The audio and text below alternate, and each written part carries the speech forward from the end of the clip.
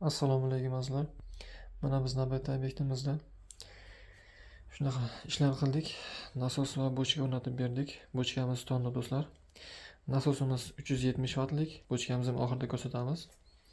Bu yerda do'stlar asosiy suvimiz bu o'rtadagi suvimiz. Bu yerda bitta kran bor. Asosiy suvga.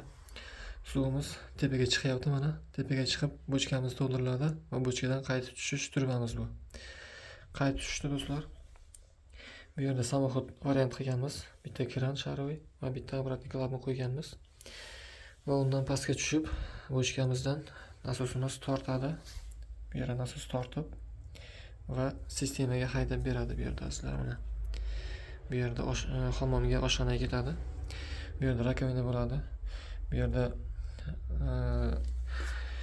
mana shu mo'ykamiz turadi, kuxunniy mo'yka. Shunga sliv qo'yganmiz do'stlar. Hozir mana sizlar bu yerda samoxod variantimiz ochiq va nasosimiz yopiq holatda turibdi hozir. Hozir bochkadan tushishini samoxod holatini ko'rsatib o'taman sizlarga. Dushovой смесimiz azizlar. Mana 350 litrli bochkamizdan tushayotgan samoxod suvimiz bu. Shu holatda tushyapti mana. Shu holatda bo'lyapti. Endi nasosni yoqib ko'rsatamiz. Ishlayapmiz. Nasos ishlagandagi holatimiz shu holatda bo'lyapti. Endi azizlar buni tomga chiqqan vaqti bu yerda 50 talik arison qo'yganmiz va bu yerda turbalar arisonimiz orqasidan ketyapti. Bu yerga 2 lik reka qo'yib berganmiz. Endi do'stlar tepadagi holatni ko'rsatamiz bochkamiz.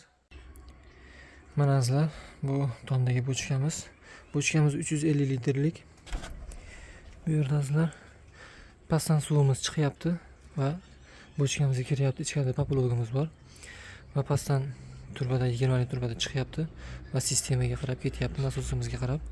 Bu yerda azizlar 32 lik turbadan avariyni sliv qilib qo'yganmiz. Populog ishlamay qolgan vaqtda shuga qarab toshib ketadi, oqib ketaveradi. Buni ichida do'stlar populogimiz joylashgan mana. Populogimiz suv to'lgan hozir holatda. Bunimiz do'stlar o'raladi, o'tib qilinadi, xudo xolasa nasib qilsa. Azizlar, bizda hozircha shunaqa gaplar. Videomiz yoqqan bo'lsa, like bosishni, obuna bo'lishni unutmanglar. Salomat bo'lasizlar.